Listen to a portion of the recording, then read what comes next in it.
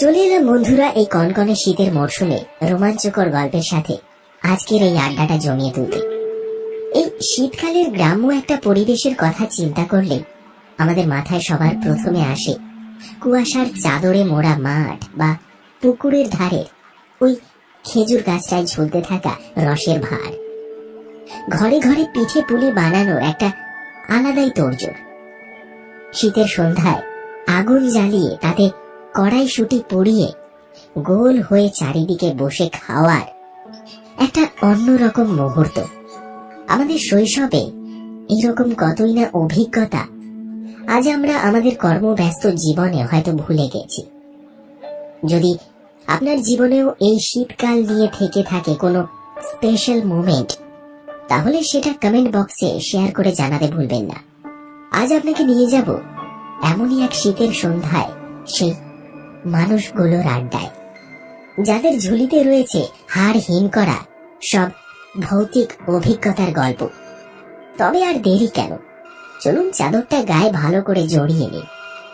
গায়ে কাঁটা দিতে আসছে লেখক অমিয় নস্করের লেখা গ্রাম বাংলার ভৌতিক কাহিনী শীতের রাতে গ্রামের পথে। প্রত্যেকবারের মতন আজও আপনাকে গল্প পাঠ করে শোনাবো আমি সুদর্শন। আজ আমার সঙ্গে বিশেষ কয়েকটি চরিত্রে থাকছে সুপমা, সুমিত, সঙ্গীতা, পার্থ এবং জ্যোতির্ময়। শুরু হচ্ছে আজকের গল্প শীতের রাতে গ্রামের পথে।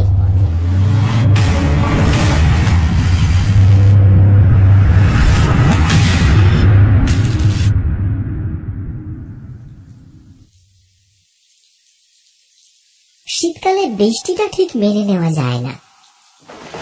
এমনিতেই দক্ষিণ 24 পরগনার এই দিকটায় জাঁকিয়ে শীত পড়েছে, তার উপর নিম্নচাপের কারণে সেই বিকেল থেকে টিপটিপ করে বৃষ্টি হয়েই চলেছে।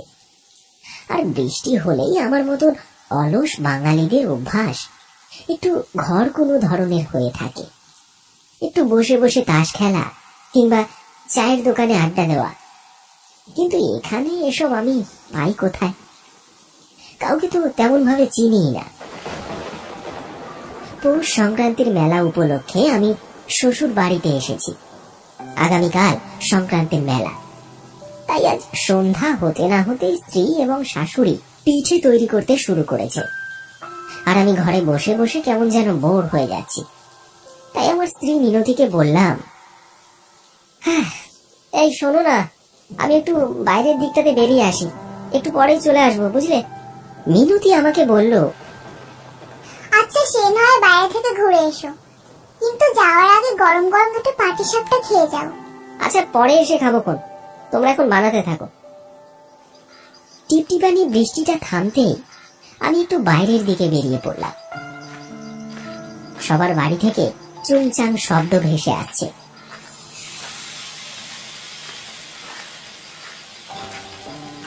এই শব্দ পিঠে করার শব্দ। গরম কড়াইতে সুলু চুকলি করার জন্য চালের খুঁড়োর গোলা দিলেই এমন চুংচাং শব্দ হয়। অফিসের কাজে ছুটি নিয়ে বউয়ের সাথে শ্বশুর বাড়িতে এসেছি। মাতলা নদীর ধারে অবস্থিত একটা প্রত্যন্ত গ্রাম। গ্রামের নাম ডোঙ্গাজোড়া। আমার একটাই মাত্র শাল্য, কিন্তু সে কাজের ছুটি না পাওয়ার কারণে আজ আর বাড়িতে আসতে পারেনি। সে আগামীকাল ফিরবে, তাই তার সাথেও যে খানিকটা সময় কাটাবো সেই সুযোগও নেই। ফলত বাধ্য হয়ে সন্ধ্যার পরে হাতে একটা টর্চ লাইট নিয়ে আমি বেরিয়ে পড়লাম। খানিকটা হাঁটার পর দেখি একটা বড় বট গাছের তলায় একটা চপের দোকান। দেখে মনটা একটু শান্তি হলো। আমি এগিয়ে গেলাম সেই দিকে। আমিও একজন গ্রামের ছেলে, কিন্তু এইরকম প্রত্যন্ত মাটির সোঁদা গন্ধ ভরা গ্রাম হয়তো আমার দেখা হতো না। নদীর পাড়ে দাঁড়িয়ে নদীর জলোচ্ছ্বাসের এমন আওয়াজ, আর নদীর জলে সূর্য ডোবার পর গ্রামে ঘুটঘুটে অন্ধকার, এসব কিছুই আগে দেখিনি। নদীর পাড়ের গাঙ্গেয় জঙ্গল থেকে ভেসে আসছে রাত ফড়িংয়ের তিনতিরে চিৎকার। আবার কখনো কখনো ঝোপঝাড় থেকে ডেকে উঠছে শেয়াল। এইরকম মায়াবী একটা সিনেম্যাটিক দৃশ্যপট আমি এতদিন টিভির পর্দায় কিংবা বড় বড় সাহিত্যিকদের রচনায় লক্ষ্য করেছি, কিন্তু আমি স্বয়ং সেই মায়াবী রসনায় সামিল হয়েছি এই কথাটা মেনে নিতে আমার একটু সময় লাগলো। এমন সময় মাথার ওপর থেকে কেমন একটা কালো পাখি বিভৎস চিৎকার করে ডাকতে ডাকতে উড়ে চলে গেল। অতঃপর আমি চপের দোকানটার সামনে গিয়ে দাঁড়াতেই দোকানদার কেমন যেন কর্কশ কণ্ঠে বলে উঠলেন, আরে এসো এসো জামাই বাবাজি, আমরা তো তোমার আসার অপেক্ষায় করতেছিলাম। কি বলো মদনদা, আমি ঠিক বললুম তো নাকি? আরে এখনই নাই, তুমি ঠিক কইছ। আমরা তো জামাই বাবাজির অপেক্ষায় করতেছিল, মনে মনে ভাবতেছিল বীরেন্দার জামাইটা এতদিন পরে আমাদের ডোঙ্গা জোড়া গায়ে এসে, অথচ আমরা তারে একটু যত্নমাতি করতে পারলুম নি। এটা বড় লজ্জার বিষয়। জামাই লোক বাড়িতে গিয়ে কি মনে মনে করবে বলো তো নিতাই? ভাববে শ্বশুর বাড়ি এলাকার লোকজন গুলো একদম ভালো নয়, সব কটা হারে বজ্জা। ওনার কথায় আমি কিছু একটা বলতে যাব, এমন সময় আরো একজন ভদ্রলোক পাশ থেকে বলে উঠলেন, আরে না না। ও হরিদা, আজ জামাই বাবাজি আমাদের আসরে এসেছে গো। তবে তুমি একখানা ভালো দেখে গল্প শোনাও না। এই শীতের রাতে গরম গরম তেলে ভাজা আর গল্প বেশ জমে যাবে গো। ওনার কথাটা শুনেই আমার ছোটবেলার কথা মনে পড়ে গেল। তখন শীতের রাতে জমিয়ে ভূতের গল্প শুনতে বেশ মজা লাগতো। চারিদিকে শুকনো খড় জেলে আগুন পোহাতে পোহাতে গল্প শোনা, উফ, এর বিকল্প হয় না। তার সঙ্গে ভজহরি দাদুর দোকানের গরম গরম আলুর চপ আর সঙ্গে মুড়ি। তখন সারাদিন পৌষ সংক্রান্তির প্রবল উত্তরের হাওয়া বয়ে যাওয়ার পর সন্ধ্যায় জাঁকিয়ে ঠান্ডা পড়ত। সকালবেলায় খেজুরের টাটকা রস কেটে আনতো আমার ঠাকুরদা। সেসব একটা দিন ছিল।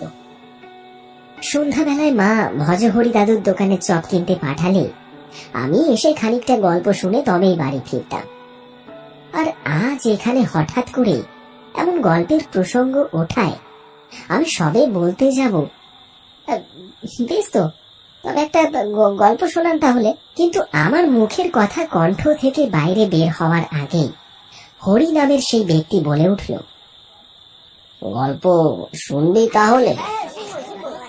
আমি হরি নামের ওই ব্যক্তির দিকে তাকিয়ে দেখলাম। উনি বেশ বয়স্ক, বয়স আন্দাজ 60-এর কাছাকাছি। মাথার চুল কাঁচা পাকা, গলার আওয়াজও বেশ গম্ভীর। ইতিমধ্যে তিনি আবার বলতে শুরু করলেন, ওহে দোকানদার নিতাই, আজ দোকানে জামাই বাবাজি এসেছে, তাই সেই জন্য তোমাদেরকে একটা সত্যি ভূতের গল্প শোনাই। তবে তুমি তার আগে জামাই বাবাজিকে গরম গরম দোকান চপ আর বেগুনি তুলে দাও তো। আরে না না, আমার তেলের জিনিস খাওয়া বারণ আছে, তাই কিছু খাবো না। এমনি ঠিক আছে। আপনি বরঞ্চ কি গল্প শোনাবেন বলছিলেন, তাই শোনান না। ঘরে একা একা ভালো লাগছিল না, এখানে এসে বেশ ভালোই লাগছে। তাছাড়া খাওয়াটাই কি সব হলো বলুন? এই এখানে এলাম, আপনাদের সাথে দুটো কথা বললাম, এটাই তো আসল কথা। হরিবাবু আমার দিকে চেয়ে ভালো করে নিরীক্ষণ করে নিয়ে বললেন, আচ্ছা বেশ, তবে তুমি 1 কাপ চা নাও। গরম চায়ে চুমুক দিতে দিতে গল্প শোনা ভালো জমে। আমি আর না করতে পারলাম না, চা নিয়ে গরম চায়ে চুমুক দিতে শুরু করলাম। অবশেষে হরিবাবু গল্প বলতে আরম্ভ করলেন। অনেক বছর আগে এই গ্রামের দক্ষিণ দিকে ননীগোপাল আর শম্ভু এই নামের দুজন লোক বাস করত। তাদের সম্পর্ক ছিল অত্যন্ত বন্ধুত্ব পরায়ণ। বলা ভালো, দুই শরীরে যেন এক আত্মা। কেউ কাউকে ছেড়ে বেশি দিন কোথাও থাকতে পারত না। দুই বন্ধুর পারিবারিক আর্থিক অবস্থাও খুব একটা ভালো নয়। চাষবাসের উপর নির্ভর করেই তাদের সংসার চলত। একদিন দুপুরে ননীগোপাল শম্ভুর বাড়িতে গিয়ে বলল, ভাই শম্ভু, তুই আমারে বাঁচা, ভাই তুই আমারে বাঁচা। কইলে যে আমার বাড়িতে আমার ছোট ছোট পোলা পাইন গুলো না খাইতে পাইয়া মইরা যাইব। আমারে বাঁচা ভাই, আমারে বাঁচা। শম্ভু তড়ি ঘড়ি ননীগোপালের দুটো হাত ধরে বলল, কি হয়েছে ভাই, তুই এমন করছিস কেন? আমি থাকতে তোর বউ বাচ্চা মরে যাবে কেন? কি হয়েছে? খুলে কত দেখি। কি আর কমু ভাই, কি আর কমু? সে গতকাল রাত থেকে আমার মা, আমার পোলা ভাই, আমার বউ পেটে একটা দানা পানিও জোটাইতে পারি নাই। ওরা যে খিদা জ্বালায় একেবারে মরে যাইব। তাই আমারে বাঁচা ভাই, আমারে বাঁচা, আমারে বাঁচা তুমি। কান্দোস না বন্ধু, কান্দোস না, আমি আছি তো। এই বলে শম্ভু ঘরের ভেতর ঢুকে এক পালি চাল একটা থলেতে ভরে এনে ননীগোপালের হাতে দিল। সঙ্গে আরো একটা থলেতে বেশ কয়েকটা আলু দিয়ে বলল, এটা লইয়া যা বন্ধু, যা তোর বউরে গিয়া রান্না করতে বল গে। কি কই আছে, কি কই আছে তোরে ধন্যবাদ দিব না? না তোরে ধন্যবাদ দিয়া তোরে ছোট করুন না, তুই যে আমার প্রিয় বন্ধু। আইলাম বন্ধু, তুই খাওয়া দাওয়া কইরা লস। এই বলে ননীগোপাল সেই যে চলে এলো। তারপর থেকে বহুদিন আর তার দেখা হয়নি বন্ধু শম্ভুর সাথে। কারণ গ্রামে এই আগাম টাকায় জমি লিজ নিয়ে চাষ করে ননীগোপাল অনেক টাকার দেনাদারি হয়ে পড়েছে। তার উপরে একটা গোটা সংসার। তাই 7-5 না ভেবে ননীগোপাল শহরে একটা দোকানে কাজে লেগে পড়ে, আর সেই সূত্রেই গ্রাম ছেড়ে চলে যায়। আর এদিকে গ্রামে তার অপেক্ষারত বন্ধু শম্ভু।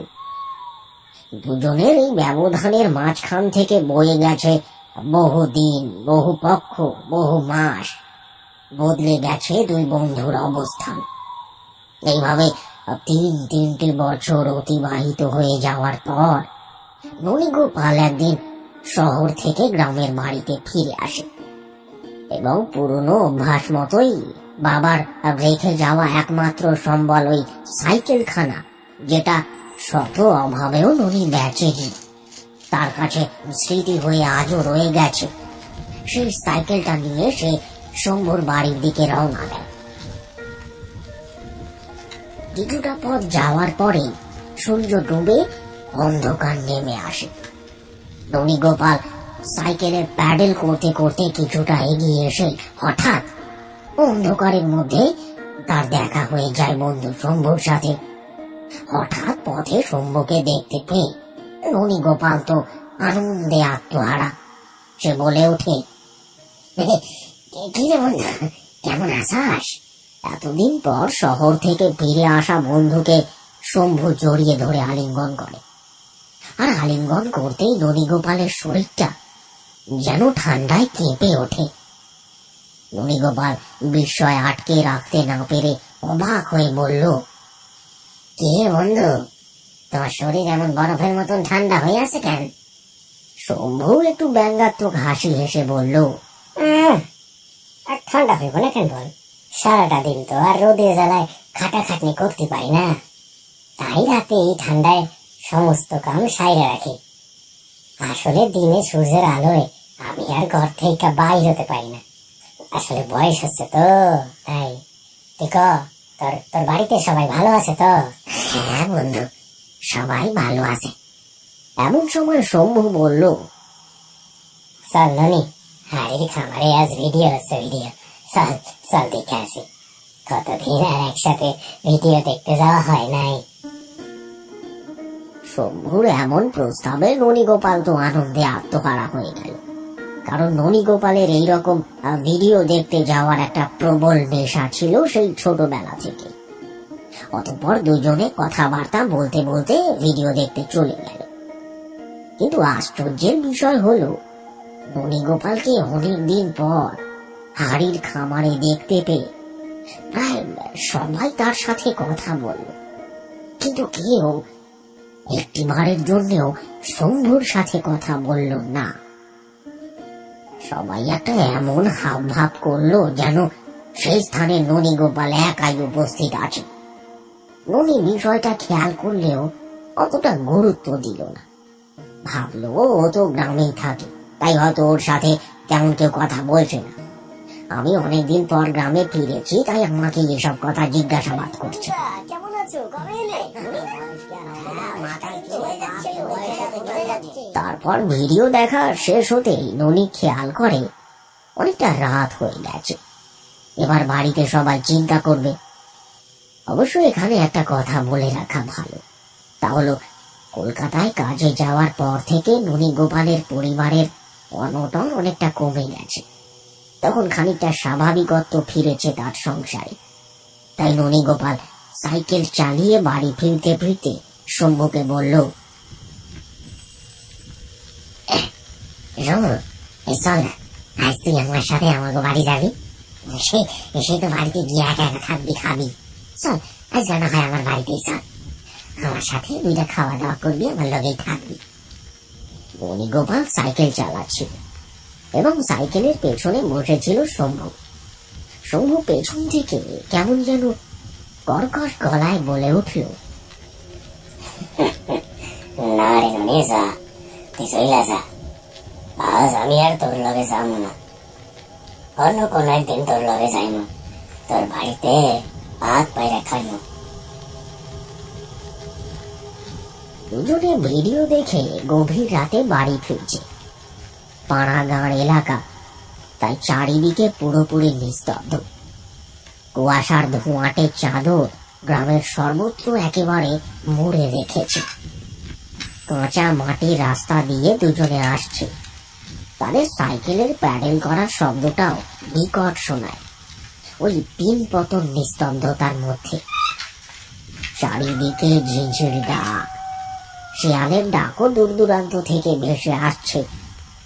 এমন সময় হঠাৎ কোথা থেকে একটা দমকা হাওয়া এসে আশেপাশের গাছপালাগুলো মাথা দুলিয়ে দিয়ে চলে গেল।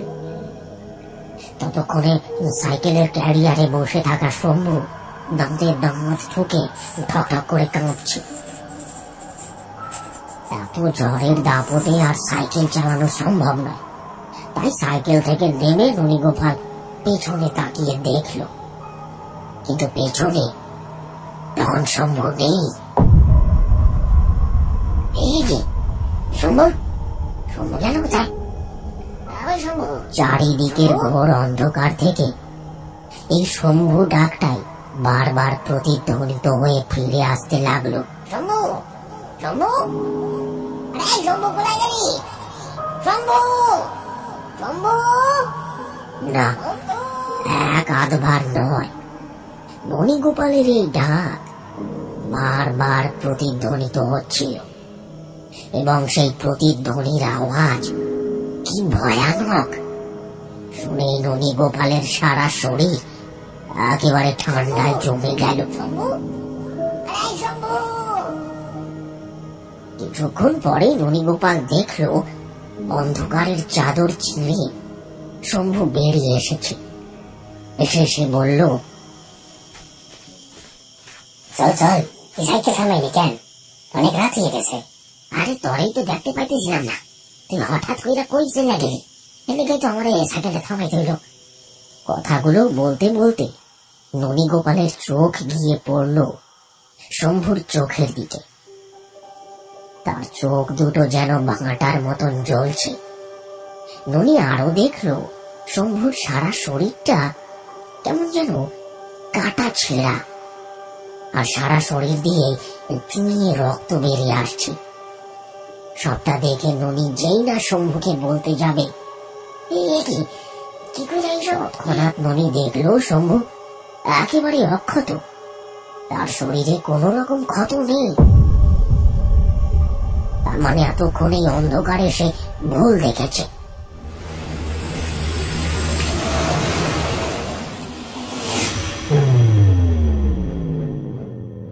শুনছেন শীতের রাতে গ্রামের পথে। গল্পটি যদি আপনার এখনো পর্যন্ত ভালো লেগে থাকে তাহলে অবশ্যই একটি লাইক দিতে ভুলবেন না। আর এখনো চ্যানেলটি যদি সাবস্ক্রাইব না করে থাকেন তাহলে আর দেরি কেন, ঝটপট চ্যানেলটি সাবস্ক্রাইব করে পাশে থাকা বেল আইকন অন করে দিন। তাহলে চলুন শোনা যাক এই গল্পের পরবর্তী অংশ।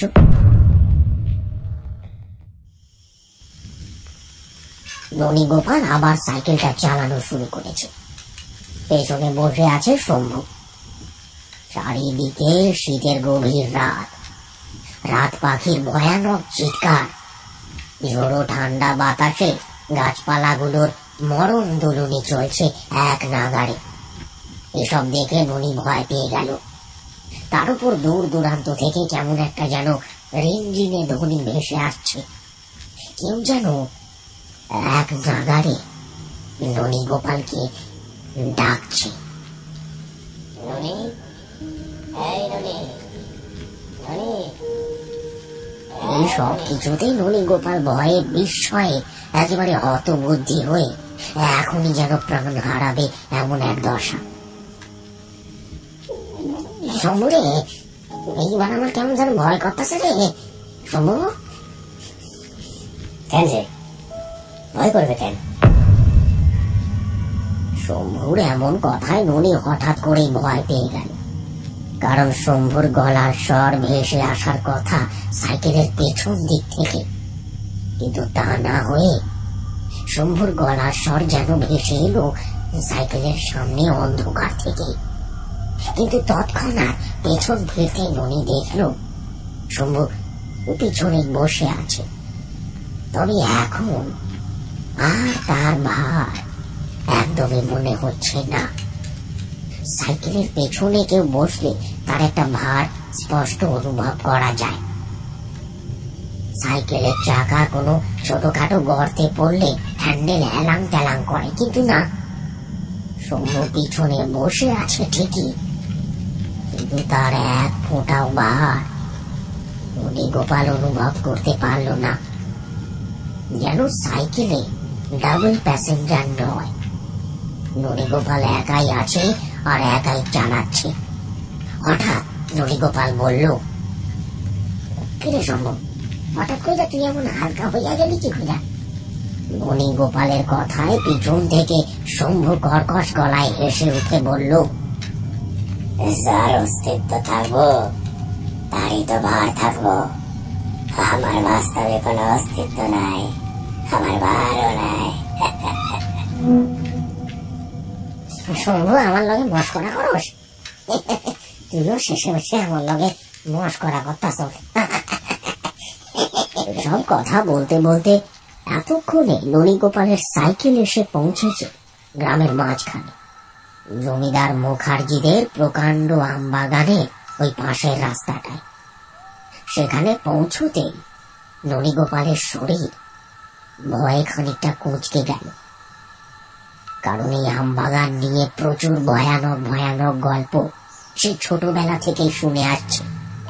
তাই এই ভয়ের ধুকপুকানি সে কিছুতেই কমাতে পারছে না। তার মনে পড়ে গেল ঠাকুরদার মুখে শোনা এই আমবাগানের ভয়ানক এক কাহিনী। তখন ইংরেজ শাসন ছিল, গ্রামের জমিদারের ছেলের বিয়ে। রাতে ঘোড়ার গাড়ি নিয়ে বর এবং বরযাত্রী সবাই এই আমবাগানের পথ দিয়ে চলে যাবে সেই এক ক্রোশ দূরের সম্বলপুর গ্রামে। কিন্তু তারা তো আর জানতো না যে তাদেরকে আজ লুট করার জন্য একদল ডাকাত এই আমবাগানে ওত পেতে বসে আছে। যখনই বর এবং বরযাত্রী এক এক করে এসে ঢুকলো ওই আমবাগানের রাস্তায়, তখন ডাকাত দল চড়াও হলো। পর পর আকাশের দিকে গুলি করলো দুটো। আশেপাশে একটা বড় বোমা ফাটল। সবাই সমস্বরে চিৎকার করছে পালিয়ে যাওয়ার জন্য। সবাই ত্রাহি ত্রাহি রব করে পালিয়ে গেল যে যার মতো। একা পড়ে রইল বর এবং বরের সঙ্গে দুই একজন। ডাকাত দল তাদের সর্বস্ব লুট করল এবং বর তাদের বাধা প্রদান করায় তার মুণ্ডচ্ছেদন করে ফেলে দিল এই আমবাগানে।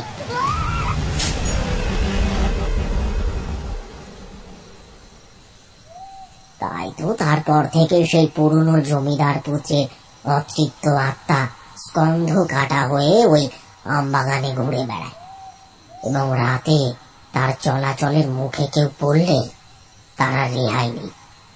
তাছাড়া এই জায়গাটায় তারপর থেকে বহু মানুষের অপঘাতে মৃত্যু হওয়াতে জায়গাটা মৃত্যুপুরী নামেও বিখ্যাত হয়ে গেছে।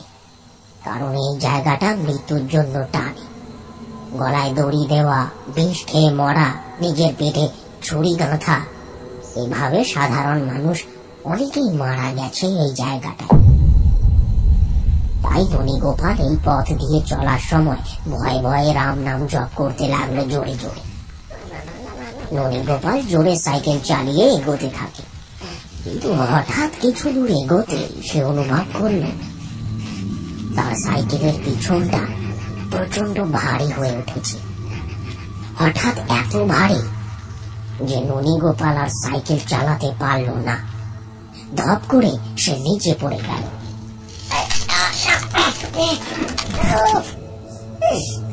কি কইরা হঠাৎ এমন ভারী হইয়া গেলি শম্ভু? কি কইরা জন্মে পড়ে গেলাম? কিন্তু শম্ভু কোনো উত্তর করল না। আমবাগানের অন্ধকারে রাতের গভীরতা যেন আরো তীব্র, তাই ননী গোপাল পিছনে তাকিয়ে দেখতে পেল না কিছু।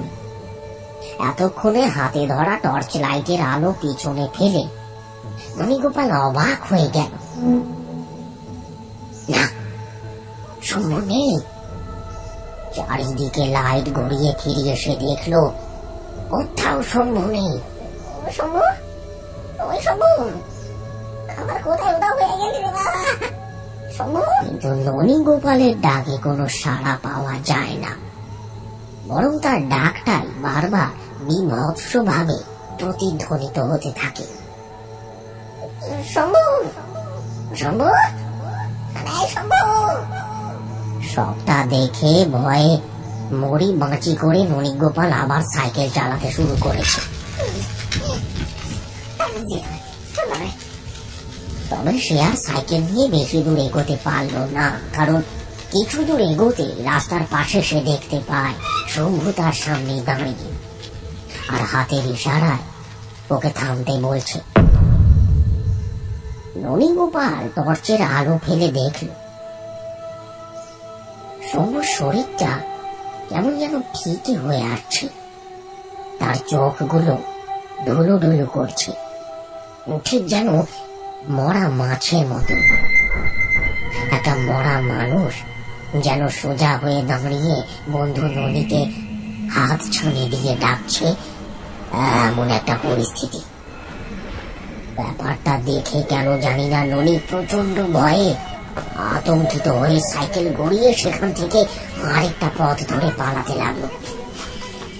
এতক্ষণে বোধ হয় ননীর কাছে সমস্ত বিষয়টা একটু অন্যরকম ঠেকেছে, তাই তার এমন পালানোর কথাটাই সবার প্রথমে মনে আসলো। তবে সাইকেল ফেলে দিয়ে দৌড়তে দৌড়তে সে হাঁপিয়ে যায় এবং হাঁপাতে হাঁপাতে একটা সময় পর কিছু মানুষ দেখতে পায়। তবে তারা শ্মশানে মরা পোড়াতে এসেছে। তারা সবাই শ্মশান যাত্রী।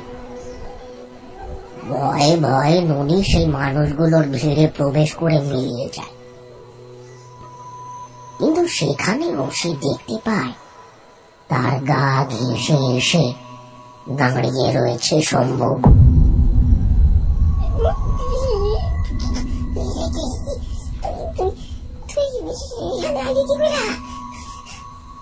কিন্তু তখন শম্ভু স্বাভাবিক একটা জলজ্যান্ত মানুষের মতোই কথা বলছে। সে বলল, কি হলো রে ননী গোপাল? তুই এমন ভয় পাইয়া সেটা চলে আলি কেন? আমার একা ছেড়া আমার বুঝি ডর লাগে না? চল চল আমার লাগে চল, তোর একটা জিনিস দেখাই। এই বলে শম্ভু ভুলিয়ে ভালিয়ে ননীকে আবার সেই প্রকাণ্ড আম বাগানের পথে নিয়ে আসে। আর ননীও শম্ভুর কথায় মন্ত্রোচ্চারিতের মতো চলে আসে সেইখানে। অতঃপর আম বাগানে এসে ওপরের একটা আম গাছের দিকে অঙ্গুলি নির্দেশ করে শম্ভু ননীকে যা দেখায় তা দেখে ননী গোপালের মূর্ছা যাবার জোগাড়। ননী দেখে সবচেয়ে উঁচু আম গাছের ডালে বাঁধা একটা দড়িতে শম্ভুর শরীরটা ঝুলছে। তার সর্বাঙ্গ দিয়ে টপ টপ করে রক্ত ঝরে পড়ছে। সবটা দেখে ননী মাটিতে দাঁড়িয়ে থাকা শম্ভুকে কাঁপা কাঁপা স্বরে জিজ্ঞেস করল,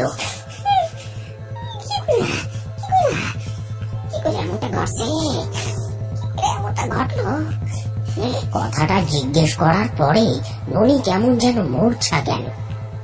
আর তারপরে স্বপ্ন দেখার মতন তার মনন দৃষ্টিতে ভেসে উঠল একটা ঘটনা।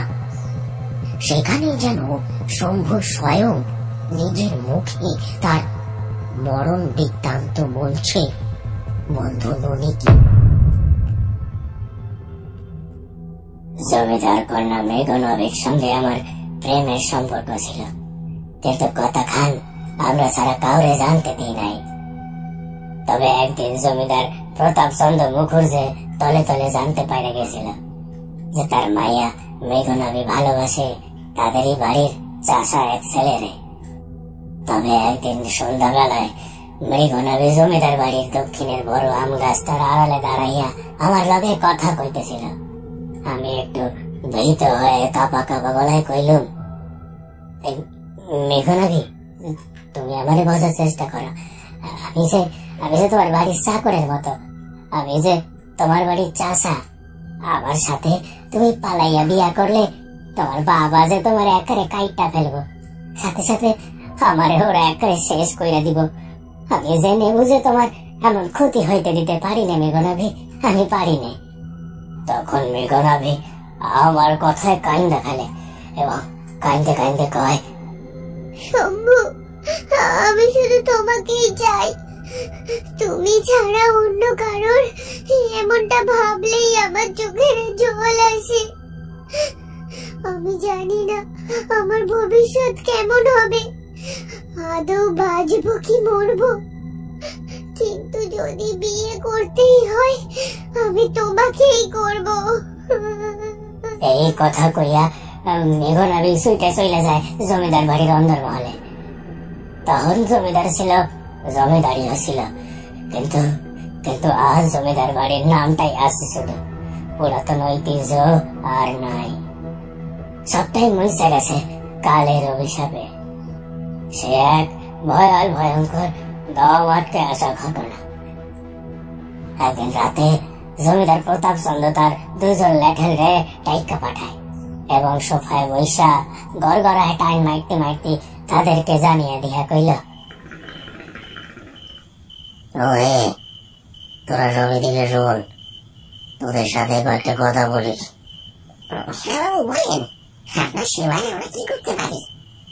বেশি কিছু করতে হবে না, একটা ছোট্ট কাজ করে দিলেই হবে। কি কাজ বাবু? আমার ছোট মেয়ে মৃগনাভির কাছাকাছি যদি তোরা কাউকে দেখিস, মানে চাষার ছেলে শম্ভুটাকে যদি দেখতে পাস, তাহলে ওরা হাত পা ভেঙে একদম খোঁড়া করে রেখে দিবি। সালা বামন হয়ে চাঁদ ধরার শখ হয়েছে, ওর দেখাচ্ছি মজা। আচ্ছা বাবু, তাই হবে।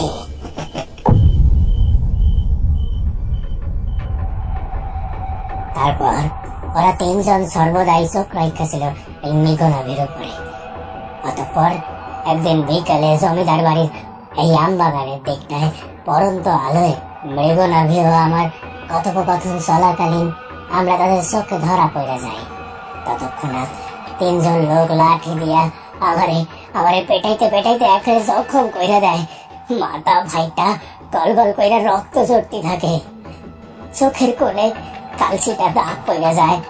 এছাড়াও শরীরের বিভিন্ন জায়গায় লাঠির আঘাতে রক্তাক্ত হইয়া উঠলে আমি চিৎকার কইরা ওদের বলতে থাকি,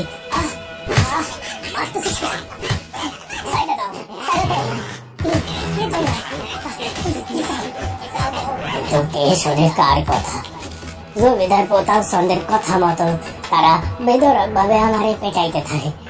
সেই সময় ওইখানে উপস্থিত মৃগনাভি মাটিতে লুটাইয়া আমার শরীরের উপর শুইয়া পইরা এবং ভালো আন্দের লাঠির আঘাত নিজের শরীরে সহ্য কইরা আমারে বাঁচানোর চেষ্টা করে। তারপর কাইন্দা কাইন্দা ওদের কয়, ওকে মেরো না, কি দোষ করেছে, ওকে ছেড়ে দাও, ওকে ছেড়ে দাও বলছি, ছেড়ে দাও, ছেড়ে দাও। ঈশ্বর, এদের অন্যায় জুলুম তুমি মেনে নিও না, ঈশ্বর মেনে নিও না, এদেরকে তুমি ছেড়ো না, ঈশ্বর এদেরকে তুমি ছেড়ো না।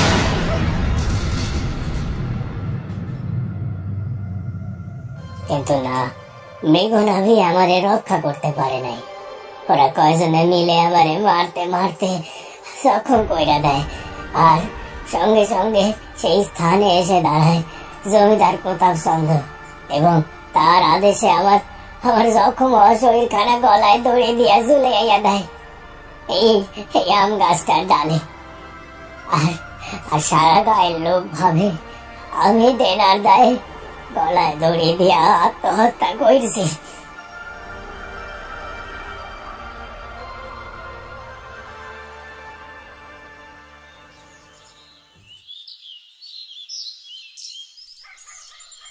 পরদিন সকালে ননী গোপালকে আম বাগানে পড়ে থাকতে দেখে একটা বয়স্ক লোক। সে বলে, ওই ননি, অনেকদিন পরেই তো শহর থেকে ফিরলি বা, তা মদ টক ধরেছিস নাকি? এই সকাল সকাল আম বাগানে এমন পেছন উল্টে পড়ে আছিস, হ্যাঁ? কি ব্যাপার বলতো? কথাটা শুনে ননী বলল, না না, কিছু বলেন না, আমি আর মদ, তবে কাল রাতে শম্ভু শম্ভু বছর 2 আগে এই তো আম বাগানে গলা দড়ি দিয়ে মরেছে। ওর কথা আর মনে করিস নি, মনে পড়লে যে কষ্ট হয়। কিন্তু কাকা, শম্ভু যে আত্মহত্যা করে মরে নাই, ওরে মাইরা ফেলা হয়েছে, ওরে মাইরা ফেলা হয়েছে, ওরে মাইরা ফেলা হয়েছে,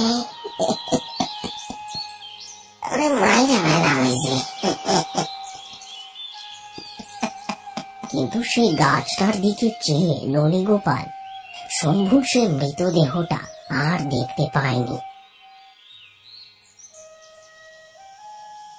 তাই সবটা কেমন যেন তার কাছে ধোঁয়াশাময় হয়ে উঠেছিল। এতক্ষণ হরিবাবুর মুখে গল্প শুনতে শুনতে আমি যেন একটা অন্য জগতে চলে গেছিলাম। হঠাৎ আমার মোবাইলটা বেজে উঠল। পকেট থেকে মোবাইলটা বের করে দেখি আমার স্ত্রী মিনতি ফোন করেছে। হ্যাঁ বলো। কি গো, কখন তো বেরিয়েছো? তাড়াতাড়ি ফিরে এসো, পিঠে তো ঠান্ডা হয়ে গেল। আচ্ছা, আমি এক্ষুনি আসছি। ফোনটা কেটে আমি হরিবাবুকে জিজ্ঞাসা করলাম, আপনি বললেন আজ যে গল্প আপনি শোনালেন তা সত্যি ঘটনা, কিন্তু আপনি এমন ঘটনা কি করে জানলেন? আমার কথায় হাসতে হাসতে হরিবাবু বললেন, আমার ঠাকুরদার মুখে শুনেছিলাম জামাই বাপধন, আমার ঠাকুরদার মুখে শুনেছিলাম। আমার ঠাকুরদার নাম ননী গোপাল সর্দার। আমার ঠাকুরদার জীবনে ঘটে যাওয়া এক সত্যি ঘটনা।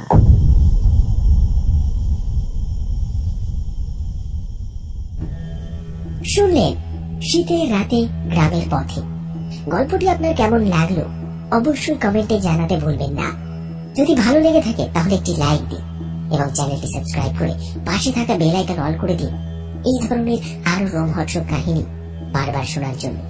আবার আসছি আগামী এপিসোডে আরো একটি ভয়ের কাহিনী নিয়ে আপনার আমার আড্ডাটা জমিয়ে তুলতে।